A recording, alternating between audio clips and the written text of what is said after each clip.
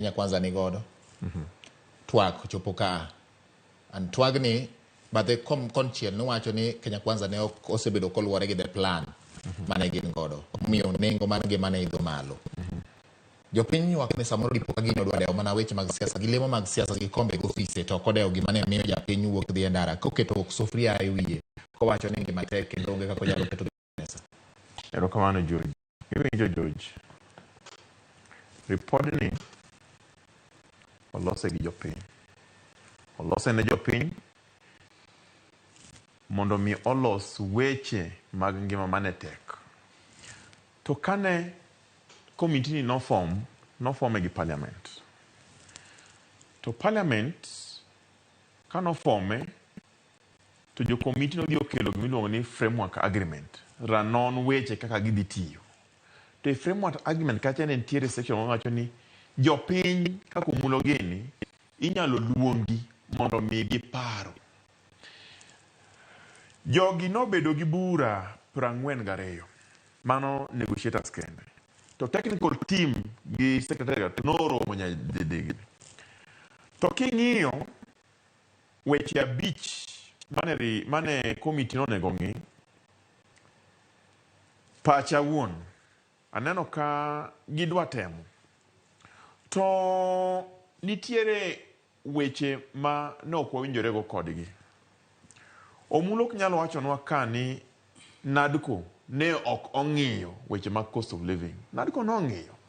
To Azimio no ogolo pachgi kaka inyalo duok nengo ngima mapek ni piny. To ne ok wawinjore kodgi. Kisomo report cha tieko momulo poko somo. Owacho ni nende ok wawinjore kodgi malong'o e weche mane wakelo paro maliw mana Azimio kelo mar duoko nengo ngima piny. Kabiro miyo jopiny wach ni tawacho kama. Azimio no wacho ni mondo mi waduok nengo ngima piny. Atamala 16 osuru manie mafuta cha duoke uru nyaka 8. Azimio no wacho kama samitimo budget watim gimiluongo ni zero based budget. Tieni ichako piny ok chak kuma ni we iga mokalo cha. Mondo mi ji ong'e ni budget ni en marang'o otimo ang'o to timo kanye. Azimio no wacho ni mondo giduok weche mag wuotho balabalgi piny. Azimio no wacho ni ging'i weche levy, anti-adulteration levy mantie kacha duoke piny gi Sh3. Road maintenance levy cha duoke piny gi Sh5. Sani gin Sh18. Azimio kendo no wacho ni sama idwa duok nengo ngima piny wang'i weche mibadhi magisebedo ka gitimo to wadwa Azimio e kidienje policy, legislative to constitution. Mano ne pachwa. To kuoma marach e winjruok kwa kacha ne wawinjore weche ma cost living gik moko ariyo kende. To gik mang'eny manie report ni moko kuomgi noya kuom Kenya Kwanza. Ruto emano kelo wach mar apis mar opposition leader. Ruto emano kelo wach apis mar prime cabinet secretary. Ruto emano kelo wach mar National Constituency Development Fund. Ruto emano kelo wach mar Senate Oversight Fund. Ruto emano kelo wach mar ANGAF, National Affirmative Action Fund. Wan weche go ne watikore go nikech jopiny no osedwaro gi kendo wang'eyo kaka gikonyo piny e BBI mane gilwaro cha. Koro tieni kuno nwaseai kuma ne wagede George Bati mane wasire tag en kar cost of living.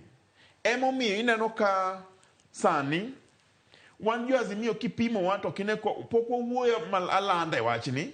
Raila Amolo Odinga pok winjo ko wuoyo, obro wuoyo kata wan obro wuoyo. To waneno